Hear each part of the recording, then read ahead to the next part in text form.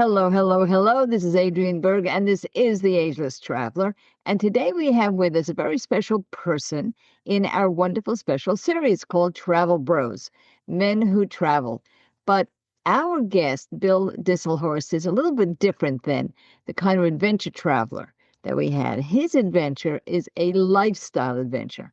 I call it a mood style, where he actually has done a variety of things that many of us wish we had the guts to do. One of them is to create a life in Italy. And he has done this over a period of time and really become part of the community.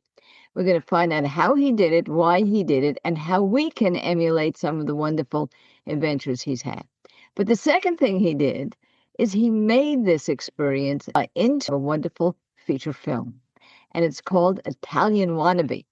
And it really has gotten a lot of press and a lot of great interest here in Palm Springs in the International Film Festival. Hopefully, it'll go on to Rome. For those of you who are on the East Coast and you're interested in film festivals, don't forget about the Barrington Film Festival. They're also going to be playing Italian Wannabe. Maybe it's a dream, it's certainly one of mine, of living abroad. So thank you, Bill, for being with us today.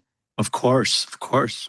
Well, let's start from the beginning here. It was about 2003, I think, that you came upon the idea of actually living in another country. Give us the background of how that happened and how you actually had the connections that you made personally so that you could do it with peace and ease. Well, the first time I went to Italy was 2003 with my wife, my two boys. They were about 9 and 11. Right upon arriving in Italy, I just felt like a sensation of being home, basically. Had this really interesting feeling of like I belong here.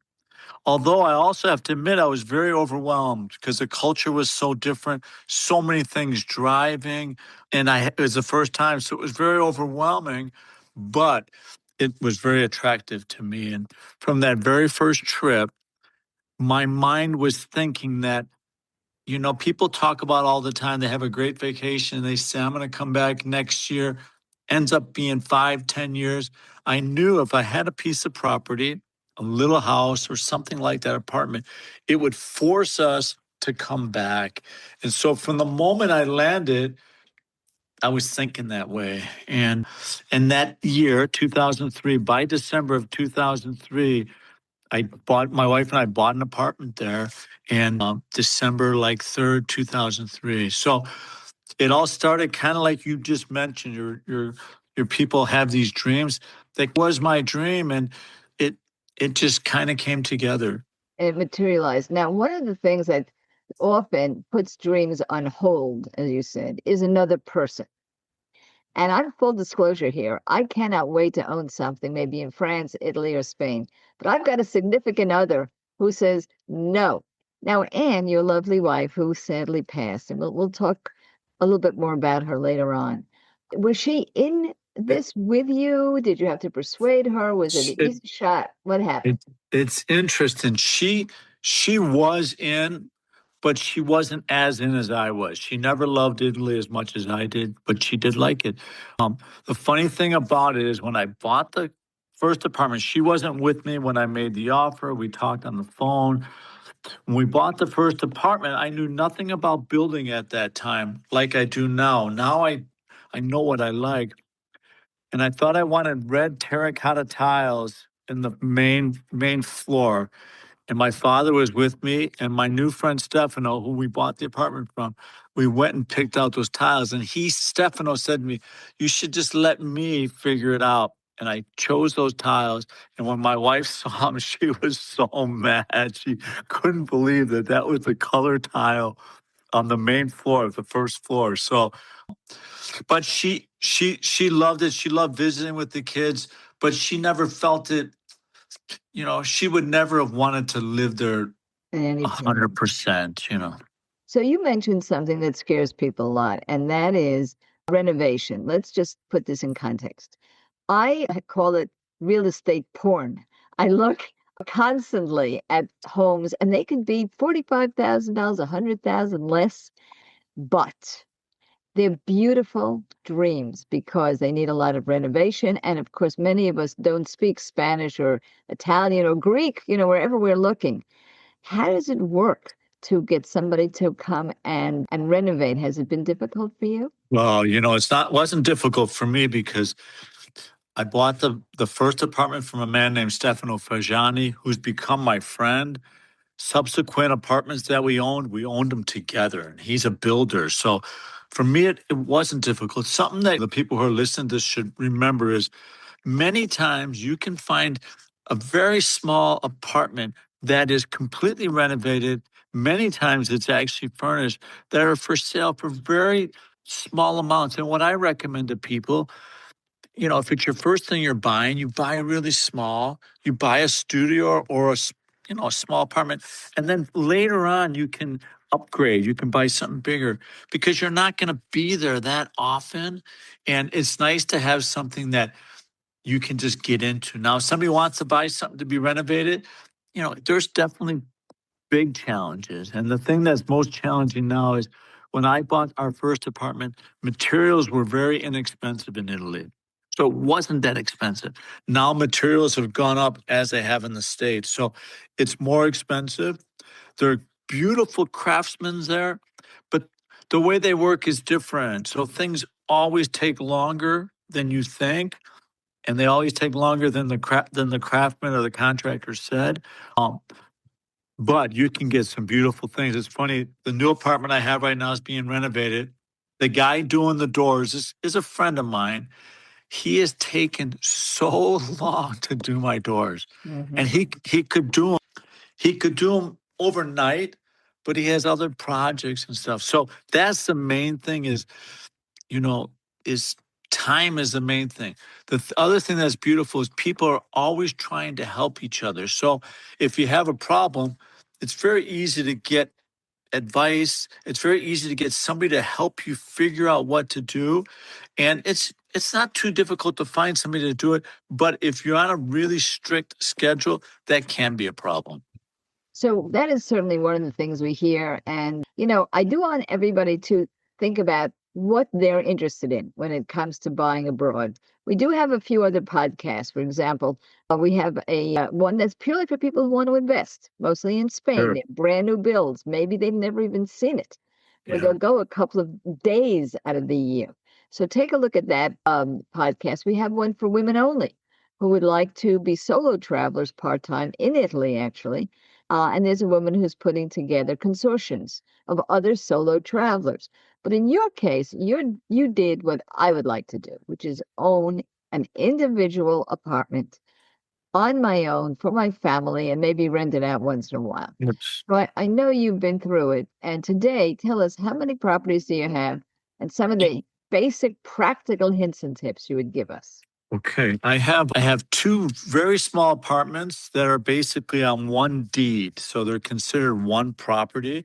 One is 9 square meters. 9 square meters is about 100 square feet. Ah, So it's like a dorm room. It's Stefano renovated it. It's absolutely beautiful. I have another apartment that's about 45 square meters, which is about 450 to 480 square feet. And I have a new one I just bought about a year and a half ago. That's about 65 meters, so about 650 square feet. First thing anybody wants to do is they need to get what's called a codice fiscale. yes. You can get that online. You can get that at home here in America online, but you have to have that to purchase property. It's like the Italian Social Security number. So that's one thing that's really, really important. What I always recommend is obviously you're not going to have contacts right now, but to find a real estate firm, company that you can at least start looking at their properties. I use one that's called Technocasa. It's spelled Tecnocasa. They're actually around the world, I believe. But in my particular region, they're dominant, and I know most of the representatives with the company. I can call them anytime. I can say, can you show me some stuff today? And they'll show me apartments anytime. So that's the thing, is you want to try to find, and you can start looking at properties and starting to get a feel for what's out there, what your budget is really critical, what your budget is. Do you want to do renovations or do you want to buy something that's completely already renovated? Those are some things to really think about. And then what you want to do is when you plan your trip, have it planned out so you have specific scheduled appointments with an agent so you can actually look at properties. And if you're really serious, most people don't buy on their first visit. Some do. Have your financial stuff ready if you really are aggressive and you really want to buy something. And it's actually fairly easy to do. It's not that difficult. And if you find a good agent who speaks English, which can be difficult at times, the process is not it's not that difficult. So on our show notes, we'll have Techno Casa. We will have a place in the sun, which is usually used by our British listeners, Right. and a couple of other places. These are not ads. I haven't used them yet, but I'm planning to. Now, Yes. Casperia is the area you said in your particular area. Tell us a little bit about Casperia itself from the heart. Casperia is a medieval village built in like the 1500s. It's a closed village with, basically what I try to describe it to people is if you've watched Lord of the Rings and there's this scene where Gandalf is on a horse and he's in a medieval village and he's going up to the top. That's exactly what it's like. It's the stairs go up and at the top there's a big church. There's a little wine bar when you enter. And then there's all these little apartments basically built into the rock. So one of my apartments has totally exposed rock from the hillside. It's extremely quaint. Casperia is just it's one of the nicest small little villages in the area. People are from around the world own property there. The Italians are wonderful. The Italians don't speak a ton of English, but there's a lot of people from Canada, Finland, a few from America. So English is spoken. English has become pretty dominant. When I first started going, we were the only second couple from America there, but over the years, it's become really, really popular. So we're going to talk now about building community. Just a couple of words. One of the other issues is once you have renovated, you've got this beautiful thing, you've got a postcard, you really have to live there. And therefore, you're looking for community. So everyone should realize if they simply want condos, they want to be there a few days, maybe Spain, new builds are the best. If you just love to use this for your family, France has so many inexpensive standalone homes in the country. But what you're talking about is really meeting the people, the locals, and becoming one of them. Now, for you, how did that work? Because I say you have a mood style, not just a Well, lifestyle. it's really interesting the way what you're talking about right here. Our first apartment was in the village, and that's when we first started meeting people. After Anne passed away, and I started going back to Italy, Stefano, my friend, and I, we bought a farm in the countryside because I felt like I wanted something with a little land and a self-standing building, basically. We did that. We had it for about 5 years. But the thing I learned about that, if you have a building outside the village walls, you have very little contact with people. You have to go to the village to see people. When you live in the village in Casperia, when you walk up the entrance, there's a little wine bar right at the top. It's called Vigna, and it's always full of people. So when you walk up, you can't help but talk to at least five people on the way to your house. So every day you have contact with your neighbors. And it's just kind of amazing. So that's the thing about if you want to live in a village, you will become acquainted with everybody. If you want to have a farm, you want to have a big garden, that's fantastic, but you'll have a more difficult time really meeting people. If somebody wants privacy, they're kind of an artist, they want to be away from people, countryside's probably great. But if you're not coming often, the other thing that's nice about apartments in a village is when you go back home, you just lock the door and you leave. You have nothing to worry about. If you're in the countryside, the grass grows, you have things that you have to maintain year round. So it's kind of tricky. And if you don't really have somebody to help you maintain it, when you return for your vacation, you're spending all your time Yes. setting up your house, basically. Yeah. So, I um, think that my listeners, many of whom have second homes right in the US, know Yeah. exactly what you're talking about without Yes. being in Italy. They Yes. worry about the roof. They worry about the heat. They go Yes. back after 2 or 3 months in here in Palm Springs, and they don't know what animal is living in their wall. So Exactly. it's absolutely true. Now we're going to take a little bit of a break, and we're going to talk about the idea of community. One of my hints and tips is if you are looking for more U.S. people, which is fine. You can find that by looking at newspapers, and you can see if an area has an expat Yes. newsletter. There are a lot of places, for example, in Mexico, where you can easily read an expat newsletter, and you'll discover in Portugal and Costa Rica that there are more expats than there are locals. And you get there, and everybody speaks your language. Here in Palm Springs, there's a Facebook group called Palm Springs People That Live in Lisbon. Wow. That's so you understand, but in your case, exactly the opposite. You became part of their community. And there's a beautiful film about it called Italian Wannabe. We'll take a little break, come right back. I want to talk about that community aspect and how it morphed into a feature film. So don't you guys go anywhere. We'll be right back. Did you know that 3,000 people receive the Ageless Traveler newsletter every single Tuesday and it's free of charge? Well, you simply subscribe on our website, agelesstraveler.com, when you see the pop up, or take a look at the resource section that's in the show notes accompanying this episode. You'll also see how directly you can subscribe to our newsletter. Now, what will you find in there?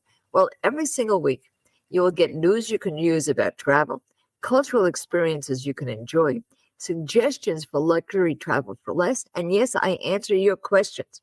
And you can even send me those questions by text or voicemail, and you'll see just how to do it when you receive your Travel Tuesday newsletter. Plenty of discounts, plenty of inspiration, so that you never stop traveling. That's agelesstraveler.com. Take a look at the pop-up, subscribe, or take a look at our resource list accompanying this and every episode, so that you get a direct link to Travel Tuesday.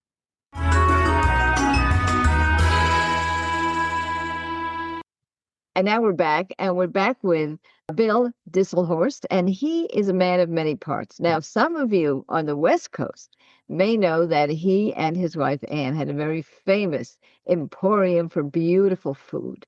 So we're going to get a little bit into culinary travel in a minute too. And that was a Fiore Market Cafe in South Pasadena. It became an iconic a symbol of that community. So he knows how to community build. But that's a little different than going into a foreign country and getting part of the fabric of the community. First, tell us how you did that. Well, number one, from the first time I went to Italy with my wife and my kids, I had started studying Italian. I'd studied Spanish kind of all my life and spoke Spanish in the restaurants. But my whole intention from day one was not to be a tourist. I did not want people to look at me and say, oh, he's from America. I wanted to be an Italian. I wanted to live like they did. And that's why I took so much time learning the language. And then I would try to dress accordingly. So I was always like that. You know, you talked a little bit about expats and expats looking to hang around together. I think that's wonderful. But for me, the most enjoyable thing for me is to go into an Italian's home and eat dinner in their home with an Italian family and listen to the language and experience what they've experienced basically all their life, you know. And that's kind of why I went there, is to see and new experiences. And so what helped me though is the fact that I knew my friend Stefano, who I bought the first apartment from. He was my connector from the first place. So I had him, and then I met all his friends. I knew his family. So it kind of built from there. Because I went back and forth to Casperia so many times over the years, obviously, I know pretty much everybody in the town. So then it becomes, it becomes a thing where you're just seeing people all the time. But the other thing that's interesting about that, I no longer drink alcohol. I haven't for 30 years. Yeah. And when I first started going, the Italians were like they couldn't understand how I don't drink. I have trouble understanding that myself. So good. So, but now they accept it. But the thing is that social aspect, I have social interactions with people all day long, but it's not a matter of, oh, I got to go sit in the bar and sit there for 4 hours and talk to people in a social setting. Whereas my socialization happens daily with communicating with pretty much my neighbors and anybody I see. So it's kind of I don't know. It's a beautiful thing. It's something that in America we have lost because suburbs have developed over the years and people have their house and they go to their car and they go to work and they come back and they sometimes don't have any contact with their neighbors. In Casperia, it is absolutely impossible to get to your house, to your apartment without interaction. Yes, yes. And it's just, I don't know, it's just beautiful.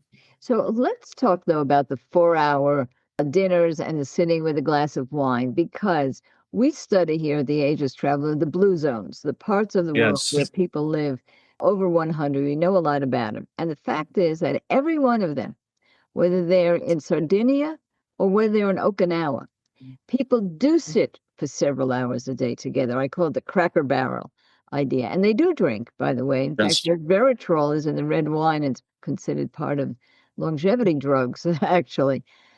So, but you don't, because that's not the American way to sit and sit and sit. Or has that taken over so that you are able to do that now?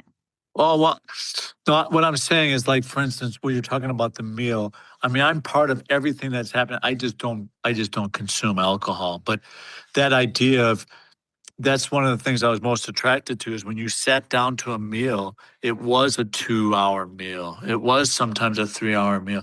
And it was with a bunch of different courses and people sat.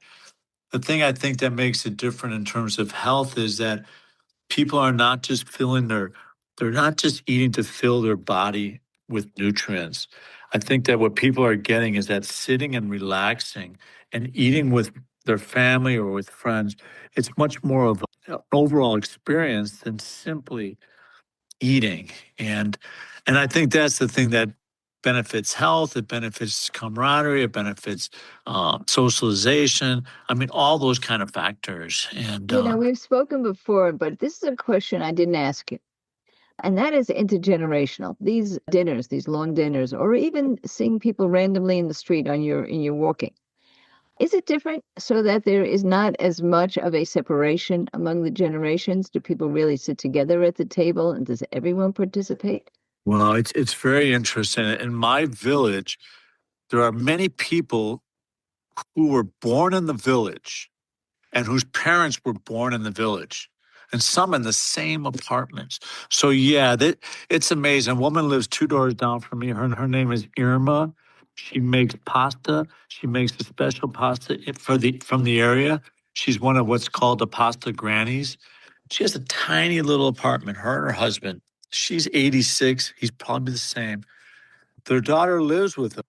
Their daughter's 50. Their son moved to Rome with his wife, live in Rome.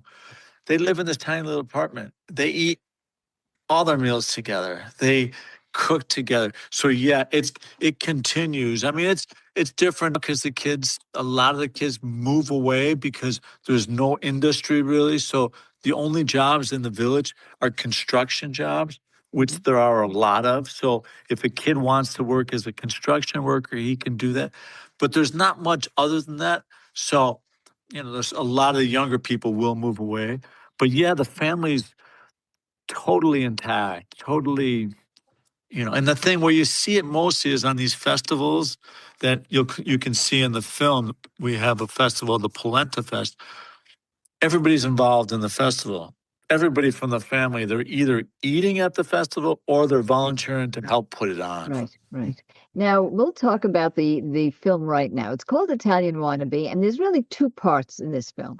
One is your life and your experience in Italy, in Casperia, as we're discussing it now, with its festivals, with the beauty, and even your farm is all there. It's a beautiful thing to see. But the other part is your history with Fiore Market Cafe and how that started from pretty much less than zero and became one of the iconic spots.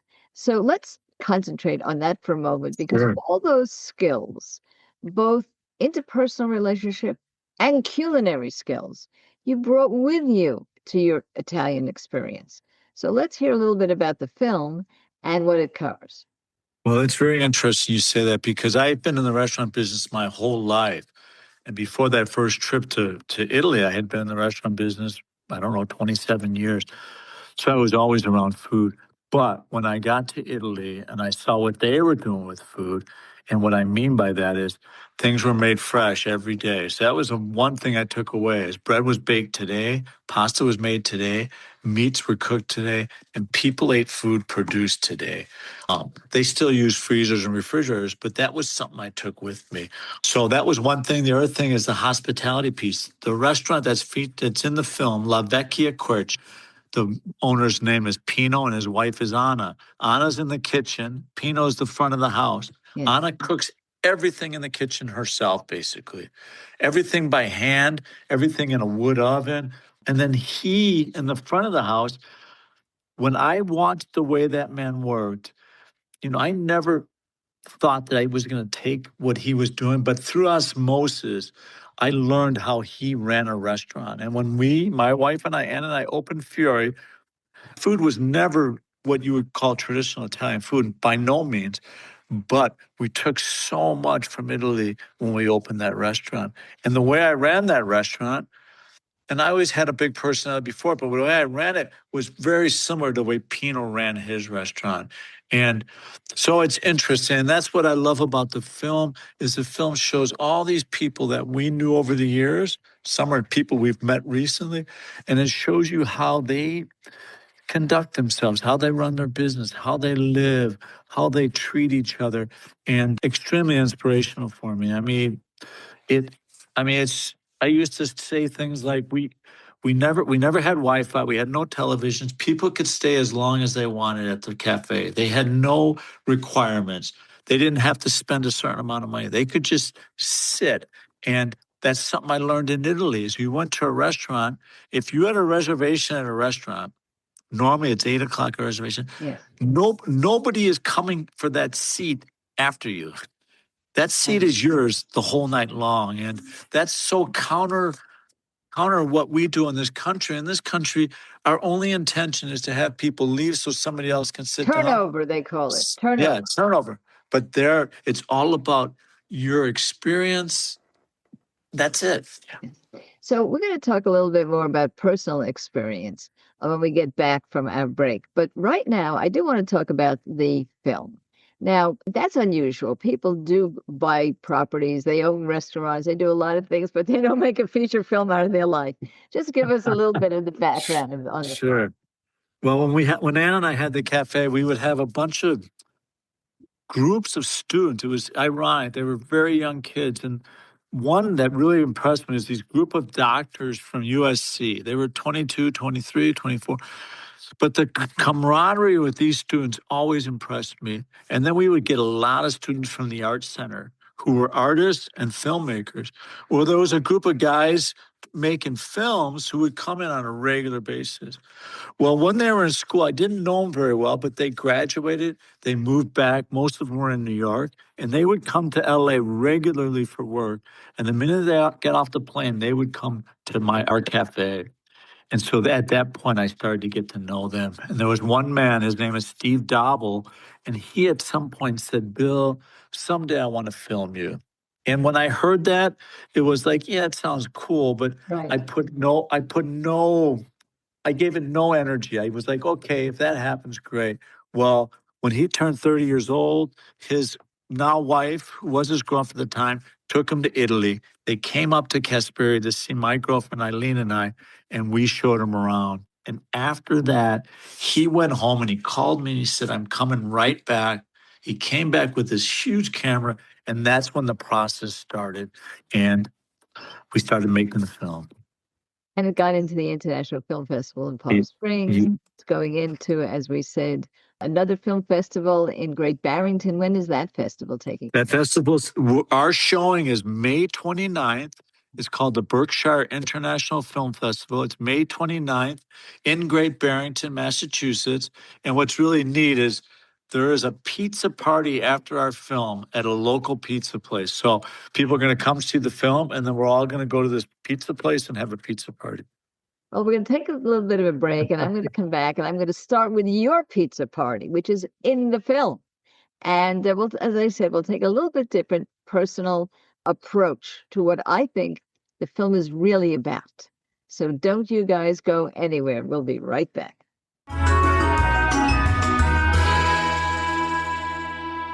If you've been thinking about a cruise, I've definitely got you covered with Cruises It. Now, we have just become affiliated with them. And who are they? Well, Cruises It is the top agency for all the main cruise lines and some of the less known cruise lines as well. Cruises It has access to booking space that's been open years in advance, so you can get the best cabins, and that's just number one.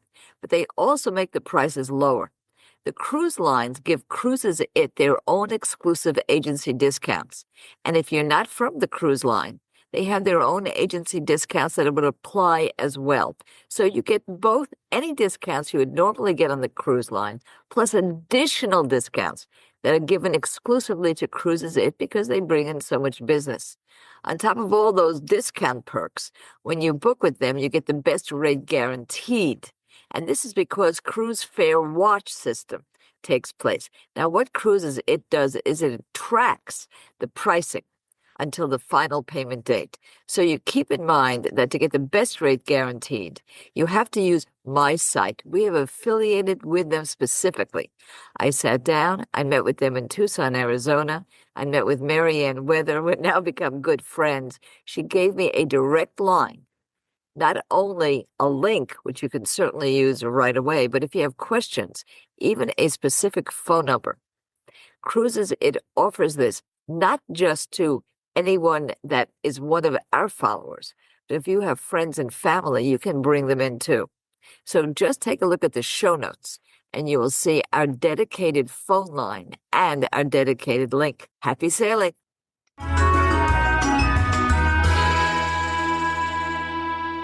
And we're back today with a fascinating guy. His name is Bill Disselhorst. And I can tell you that some of you, if you ever grew up near or worked with or was a student in South Pasadena, you know him because for 12 years he and his wife Anne ran a very famous cafe. Now, I understand that the Fiore Market Cafe had outdoor seating. So it was very much like the days before COVID. And I also understand that you survived COVID. So I'm going to ask a couple of personal things. When I look at this movie, and I've said this before, it reminds me always of the part about the cafe of Cheers, a place where everybody knows your name. And you made that happen. But the second thing that is clear to me about this movie is it's really not about a cafe, and it's really not about Casperia. To me, it's about reinvention. There's so much reinvention in this. And that's, to me, where the inspiration comes from. First of all, reinventing yourself as owning your own cafe to begin with. Then you have the heartfelt issue of Anne's passing and reinventing yourself again. And full disclosure, you said the magic word, Eileen, one of the loveliest ladies on the planet. And I know her personally as a volunteer. And I meet up with her in the most interesting places like, art exhibits and so on. There's a lot Yes. of reinvention here. And we're all at the stage when a little reinvention couldn't hurt. Is it something in you or have you been mentored? How do you become a phoenix? Well, it's interesting. When I was a kid growing up, my father always talked about you stay in a job for your whole career. And he always talked about loyalty, security was all that was important. Well, before Fiore, I worked for a restaurant, a steakhouse for 22 years. And I worked in management. I worked my way up in management. And it was a wonderful experience. I supported my family. Ann and I raised our boys while working this restaurant. But I stopped growing. I stopped developing. And I went on and worked in another restaurant. And then when I lost that job, the opportunity for Fiore came. And Ann said to me, "Do you want to open a restaurant?" And it was ironic because she never wanted to do it because she didn't want to take the risk of not having a regular paycheck, et cetera. Sure. But she came up with that idea. And so at that point, Fiore that's when we started to work on Fury. And what happened was by not working for other people and by doing this on our own, it allowed our creativity to really flourish. And at that point, I learned what I was capable of doing that I didn't know when I worked for somebody else. I mean, I had an idea what I could do, but it wasn't until I did this. And we started making food, and people were saying, wow. And when I heard that, my confidence went through the roof and I knew that we would be successful. And that's kind of the way things worked. And when I bought the apartment in Italy, same thing. People were like, "Oh, that's crazy. What are you doing? Why don't you wait till you're a little older?" But I just had this feeling. I just knew I had to do it, and I wasn't going to listen to that noise. And then I went through it. And then when Anne died, it was like, I mean, my youngest son was with me. I was totally lost for about 18 months, just totally like I had no foundation. I didn't know what to do, but we just kept working. And my son said to me, we need to keep this going. And he needed it for himself. He knew I needed it for myself. And what I learned is that work can really help with grief, really help with the mind, really help by making bread every day. My mind was less crazy. It let me focus on something. And then I went back to Italy and started to do some things there and bought another property with Stefano. And so I don't know. I think I've learned over the years that, if I say no to something, I lack the opportunity to really to do something. It's that idea when you say no to yourself, like, oh no, I can't do that. It's too much. Or, oh, I don't have the money, or I don't. Well, you miss out, and as time goes on, you look back and go, oh wow, I wanted to open a restaurant. I never did it. Oh wow, I wanted to buy a house and I never did it. Well, now's the time for all of us that you just do it. And sure, there is risk. Sure, you can lose things, but I lost my wife. I mean, you lose, things happen. You can't wait for thinking about that negative thing that might happen, because the joy you get, like the joy from buying that apartment in Italy, it's it's just incredible, And I never would have got that if I listened to my father, who said, "Oh, you shouldn't. Don't buy that apartment. It's too much." I love the phrase, and I use it all the time, which is, well, everybody who says it can't be done, please get out of the way of the people who are doing it. Yes, yes, And internalize that for everybody who's stuck. I call it being killed in the comfort zone. You yes. really can be killed in the comfort zone. Now, warping again to something it was very personal to me. This movie, Take Some Tissues. That's the first thing. It's called Italian Wannabe. It's very beautiful, and you'll see some fun stuff. You'll see festivals in Italy. You'll see a wonderful community.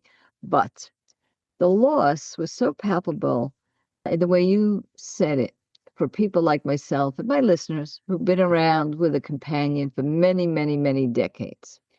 What you said was that Anne would come in a little later than you to the restaurant every day. But when she opened that door, her presence, who knows even if you looked up, but you knew that presence was there. And then everything was okay for the day. When the presence wasn't there, then you had to put one foot in front of the other. That's all you could do. That's the reinvention that people want, because we all know there will be some loss. And you handled it with such grace, but maybe it just looks that way. I don't know if you did anything more than simply work to Well, get out of that. that is, I don't know. It's so true because we worked, we were always in the restaurant together. But when it slowed down, one of us would go home and one would stay for the rest of the day. One of us was always there till she died. And then after she died, I wasn't there all the time. But it's exactly the truth. When she walked in the door, and we may not even have communicated, we could see each other, maybe a distant greet because we were both doing different things. I did have that sense of, okay, I don't have to worry about a lot of stuff. And when she was gone, there's no question. It was just like, oh my goodness. It was incredible. And it I don't know, I don't know how to describe it or how long it took to get better, but it was difficult. And I had my youngest son was there the whole time, and he really carried so much of the load. He worked and he was very close to his mother, so it was very difficult on him too. But, I mean, what else was I going to do? We could have closed it and then we would have gone home and sat around thinking about what we're going to do next. But we both chose, and I have to give him credit that, he said, let's keep it going. If he had said, let's close it, I probably would have closed it. So his his need also helped us to keep the thing going. So I'm also going to put in the show notes a couple of other podcasts I've had by two men, interviewing two men who have their own podcast called The Lucky Ones. And these two men lost their wives fairly young, but they had been married for quite a while. And they called themselves the Lucky Ones because they had the relationship, because the relationship was so loving and so wonderful. And they made a podcast with many, many people who can tell the story of being one of the lucky ones. And I would say that's you. When we come back, I want to talk a little bit more about where the film may be going and how you're using Italy now. And you've reestablished a wonderful relationship with Eileen. It didn't happen overnight. So we want to see exactly where Bill is at now. Don't you guys go anywhere. We'll be right back.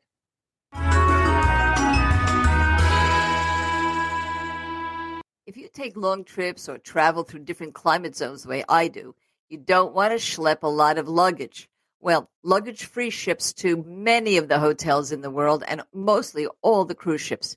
I've been recommending Luggage Free for years to my friends and family, and I always hear the best rave reviews. So you visit agelesstraveler.com products and services to access Luggage Free, get all the information, and stop schlepping.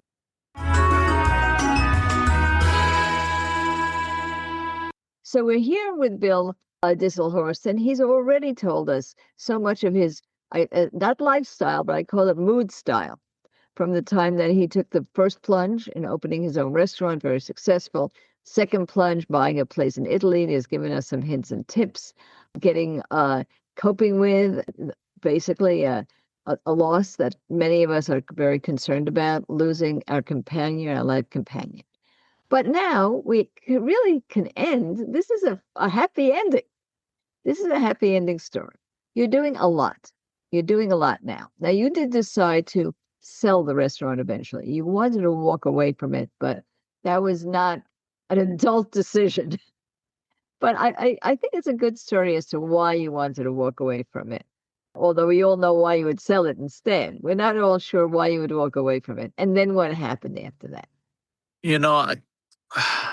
The reason my idea was to walk away is because in the restaurant business, the way restaurants work, and many businesses are the same way, a restaurant will have a growth spurt for many years, and they'll get to what is called like a peak, the best they're going to possibly get. And it happens to everybody. At that point, you start going down. It's unavoidable. Nobody keeps growing continuously. But once you get to that peak and you start going down, well, at that point, there's an ending to that unless you want to keep forcing it out. Most businesses don't go on forever. There's a point where they have to decide that the time has come. And we were still at a point where we were still very busy. So we were kind of at a peak. But at that point, my lease would have been up in a few months. So I was either going to sign a new lease or sell the name. I did not want to sign a new lease. And so I was like, I can walk away with Fiore where it's at, what we produce, what we've done. And I felt like that was the best way for things to end. And I've got feedback from Eileen, feedback from my son. And, the ultimate decision is I found somebody to buy the name and to continue it. And it was a great decision. I've been able to do whatever I want for the last 4 years because of that decision. Right. But, the thing is, it's silly to think that something can just continue forever. It's just not possible. I actually did own a home in New Jersey where my back neighbor was Yogi Berra, the Oh, Yogi wow. Berra, and Wow. his lovely wife, Carmen. Wow. And so we were friends for many, many years. And he really did say That restaurant is so popular that nobody goes there anymore. He actually did say that. It's so crowded. Everybody loves it. Nobody goes there anymore. And that's exactly what you mean. After a while, Yeah. it has a big name. Everybody knows it. Everybody's been there, and they just don't go there. Yeah. What happens? Now, Definitely. now where are you? How much time do you spend in the U.S.? How much Uh, time do you spend in Italy? And we spend, it's always different. So when we go and when we come back, we normally spend 3 to 4 months in Italy. So we're always there in October. The month of October, we're always there because we have some olive trees and olive harvest is in October. And then we're normally there 3 months, either June, July, August, May, June, July. It's always a little bit different. Last year, Eileen and I were there August, September, October. So it comes out to about 4 months a year. And then the rest of the time, we're either in the high desert. I have a cabin in Landers, and then Eileen has a condo in Palm Springs. So we're in between those two desert locations. is that, did you meet locally? We met we met up here in the high desert. Eileen's daughter has a restaurant called La Copine in Flamingo Heights, real close to me. Eaten there And many times. Very famous yeah, restaurant too. very, very famous. And they have a new cookbook that just came out a couple days ago. But we ended up meeting through her daughter. Her daughter was trying to set us up. But during COVID, when COVID happened, I started baking bread. Whenever I was here, I'd bake bread and I would just give it to anybody. And I would make a notice on Instagram, anybody want bread? And I wouldn't charge them. I would just give them bread. Well, Eileen, it's a long story, but she ended up finding that I had bread and she said, I'd love some bread. And so Uh-huh. I said, well, I'll bring some to you. And so we met. And then the next day she said, I'm kind of new around here. What do people do? And I said, well, we kind of hike sometimes. So then our first date was like a couple days later at the park, Joshua Tree National Park, and we did a hike together. And it was right at COVID, so it was kind of strange because it was very odd. But that's when it started. Well, I belong to the Coachella Valley Hiking Club, and in COVID times in New York, a walking club, and that's all you could do. Yes. Actually, all you could do was be outside, and even then, you did a lot of distancing. Now, Yes. before we leave this, I want to go back to the film for a moment. There's a scene in that film, and I mentioned it a couple of times on this show already, and that is you baking pizza or making pizza. In addition, throughout the film, because the filmmaker loved this, he showed you making bread. Yes. And then he showed you scraping the bread with olive oil Yeah. and, Yes. and toasting it and everything. Yes. Bread is actually one of the performers in this movie. Yes. It's a character in the movie, bread. You must have a very, very close culinary relationship with bread. Well, for me, I mean, the movie goes over really clearly, but for me, the whole thing with the bread is that for me, bread baked fresh, like I just baked bread right now. I just sliced a piece and ate a piece of fresh bread. To me, when bread's baked today, whatever you do with it, it's just absolutely incredible. And the whole concept of Fury was based on that, based on daily bread baked today. But I mean, I can talk about pizza. Before Fury even opened, I wanted to make a pizza. I wanted to do a pizza restaurant, but it was too complicated. So we ended up doing Fiore, making homemade bread every day.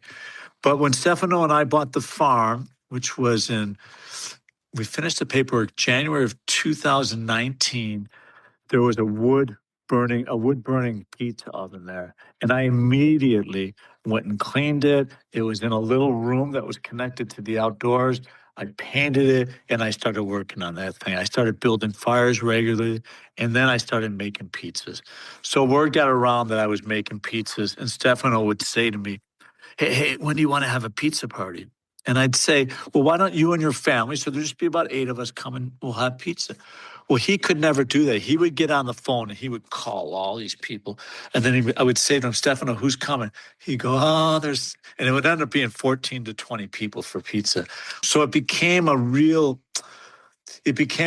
party. And the thing that was funny is they really liked my pizza. And it was funny because here's all these Italians and they would be talking about me and my pizza. Right. And so it was a kick. We even up till the day we sold that thing, that farm, he and I sold it a few years ago. It was always a matter of when are we going to do a pizza party? When are we going to do a pizza party? And all the vegetables would come from the garden, and it was a kind of it was a community thing because I was doing it, but Stefano was always working with me. The neighbor next door, she would come and she would cut all the vegetables. Other people would do different things, and then we'd all sit down and eat. And it's exactly like the film. I mean, it's just something that, I don't know. It's just something. It's just special, you know. Well, of course, I immediately want pizza now, but I will tell you, bread is an interesting thing. We could do a book called The Life of Bread. A biblical saying, which I have heard since I was little, is without bread, there is no learning. Meaning, before you decide that you're going to be a scholar or you're going to work or you're going to do anything, get your bread because that's what fuels you, Yes. gives you the energy, gives you the empowerment to do the next thing in your life. And you still bake now. It's interesting because we've been back from Italy since November, which is the longest stretch for me that I've been up in the desert without going back to Italy. It's been almost 7 months, and I baked a tremendous amount. And what I do now is I just try to give it away. Like I'm always bringing bread to people. Always. A friend of mine helped me install a swamp cooler over the weekend. The next day, I brought him and his girlfriend a loaf of bread. There's people I found out who they're not homeless, but they're living in trailers. They're down and out. And there's a one woman near the post office here, and I just pull up and I honk on the horn and I see the door of her trailer open, and this woman comes out, and I give her a loaf of bread. I don't even know this woman, but so I tried the postman the other day. I brought him a loaf of bread because he's such a nice man up here, and I brought him a loaf of bread. And so for me, there's something really special about it, and people just they light up. They normally share it with somebody, but it's something I can do. I don't work, so it's something I can do to give. And what I learned in Italy, and I talk about in the movie, and I believe this in my heart of heart, what affected me most about my experience in Italy is the fact that people only cared about giving. They never cared about what they were going to get. They cared about giving and how happy you were with whatever they were producing. And I think that is so important. I think in this country, we're so self obsessed with our personal needs, and we're not even looking at our neighbor and looking at their face and saying, what do they need today? Are they hungry? Are they feeling down? Do they need a smile? And sometimes it's just a smile and a handshake. Hi, how are you doing?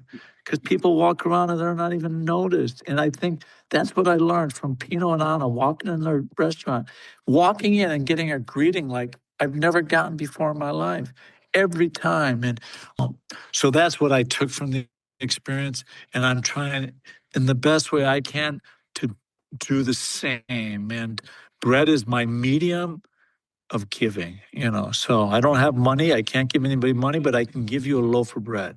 And so that's. It's so beautiful. I'll end with this on my part. I'm trying to be a good grandmother. And my granddaughter, who's 8, told me she was sad. Now, maybe 20 years ago, I would have said to her, "What are you sad? Let's try to fix it. What's your problem?" Yeah. She said she was sad, and I said to her, now I'm older and wiser. I said, "You're sad? Go do something for somebody else Yes. and Yeah. see how fast you won't be sad." Yes. Yes. We didn't even talk about why she was sad. We began to think what she could do for somebody else, and she decided she could make a picture. She could draw a picture and give it to her mother. And in the activity of making the picture, whatever she was sad about, we forgot all She about. forgot. She forgot. She forgot about it. That. That's it. That's completely it. If I want joy today, all I need to do is that. And the thing that's funny about it that people don't understand, it doesn't have to be. It doesn't have to be something big. I mean, opening a door for somebody is something as simple as can be, but it is something that you can do for somebody that makes a difference. And saying hello to somebody who you know is grouchy. See, for me, the funnest part in the world is when you see somebody and you look at them and you know they're not happy, and you look straight in the eye and you just smile and you say something, and you see that their lips turn up just a little bit. To me, that's incredible, and but it's easy to walk by that and just, oh, well, they're in a bad mood. I'm not going to say nothing. But, you know, Well, this is beautiful, and this is a rare occasion, Bill. I'm going to give my guest the last word. And that was a beautiful way of ending. But if you want to give us one more hint or tip, it's it's all yours. well, my hint or tip is whatever country your dream is, Italy or Spain or France. My first tip is start delving into the language. Don't you can't be fluent in a very short period of time, but delve into the language, delve into the culture, learn about some of the food, learn some simple phrases, read magazines, read a book. When we first started going to Italy, we read Under the Tuscan Sun. Yes. I'm reading it again for probably the 10th time. It's something I read every time before we went to Italy. Find a book that is written by somebody from that country or about that country, a travel book. But for me, that's number one, because what happens when I read Under a Tuscan Sun, my spirit starts getting excited. I just start thinking about the food. And so then when I'm going on that trip, I'm completely ready for it. But when you go into on a trip to a foreign country and you haven't done any research at all, it's just it's so overwhelming. But you can help yourself a little. And that's what I would recommend, number one. Well, that's wonderful, and I'm so happy. We do have a book page on Ageless Traveler. I will Great, put Tuscan great. Sun. I will also put the book I read, From Paris to the Moon, because Wow. I'm looking at France. And last but not least, Turn Right at the Fountain, and that's for the folks who are interested in the UK. So you'll see all of that. And for everybody, you know what I'm going to say. Please join our Facebook salon. Most important, get Travel Tuesday, our weekly newsletter. Everything is free.